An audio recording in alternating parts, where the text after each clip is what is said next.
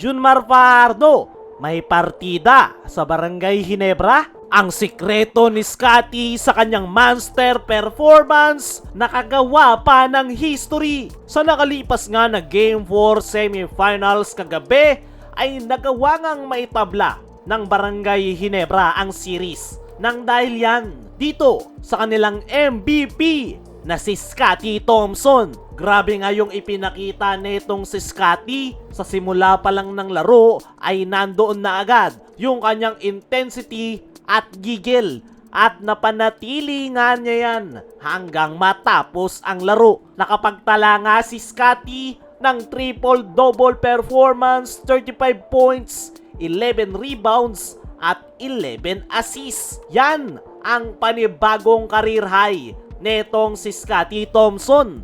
Pero hindi pa nga dyan nagtatapos dahil nakagawa nga ng history etong si Scotty Thompson dahil siya nga yung first local player since Ronnie Magsanok noong 1990 na nakapag-produce ng 30-point triple-double. Ayon yan mismo kay PBA Chief Statistician Fidel Mangonon. History nga yung ginawa na yan ni Scotty dahil napakatagal na panahon noong huling magkaroon ng 30-point triple-double para sa isang local player. Patungkol naman sa sikreto ni Scotty sa kanyang naging monster performance ay ayon mismo kay Scotty sa naging press con interview ay very humble yung kanyang sagot. Hindi niya nga daw alam na nakapag 35 points na siya at hindi niya nga daw yan magagawa kung wala yung tulong ng kanyang mga teammates at buong coaching staff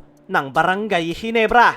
Grabe nga yung pagka-humble netong si Scotty sa kabila ng kanyang monster performance.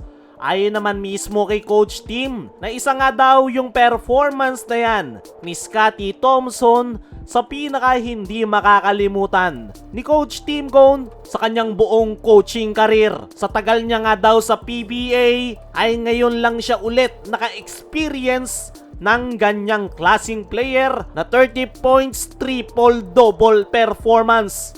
Humble lang daw talaga si Scotty at konting humbleness nga lang daw yung inilamang sa kanya ni Junmar Fajardo. Para sa akin mga chong, ay nakita natin yung MVP mode netong si Scotty Thompson dahil talagang desidido ito na itabla ang series dahil pagsimula pa lang ng laro ay parang fourth quarter na para kay Scotty Thompson at isang magandang sign yan para sa Barangay Ginebra dahil bumalik na yung dating Scotty na mas nakafocus sa pagiging aggressive pagdating sa opensa. Naniniwala ako mga chong na kapag naipagpatuloy yan ni Scotty sa mga upcoming games nila ngayong semis ay mas malaki yung chance nila na maitaob ang San Miguel Beermen. Dumako naman tayo dito sa kabilang balita. Junmar Fajardo, may partida sa Barangay Ginebra. Ito nga ang si Junmar Fajardo mga chong, ang isa sa pinaka main problem ng Barangay Ginebra ngayong semifinals. Pero mukhang may partida si Junmar dahil ayon sa kanyang naging latest interview ay natanong si Junmar patungkol sa kanyang balikat. Ang sagot nga nito ay nakuha nga raw yan ni Junmar noong kalaban nila ang NLEX Road Warriors. Ramdam pa rin daw niya yung sakit ngayong semifinals kontra Barangay Ginebra pero pinipilit pa nga rin na maglaro netong si Junmar Fajardo. Hindi niya nga daw yan ginagawang excuse sa kanilang pagkakatalo. Hindi rin naman daw pwedeng hindi maglaro si Junmar kontra Ginebra ngayong semis. Kaya naman, yung ginagawa na lang ng SMB Bigman ay tinitiis yung sakit ng kanyang balikat. At yan nga yung isa sa nakakabilib dito kay Junmar Fajardo. Bukod sa kanyang pagiging humble ay talagang competitive ang nasabing Bigman.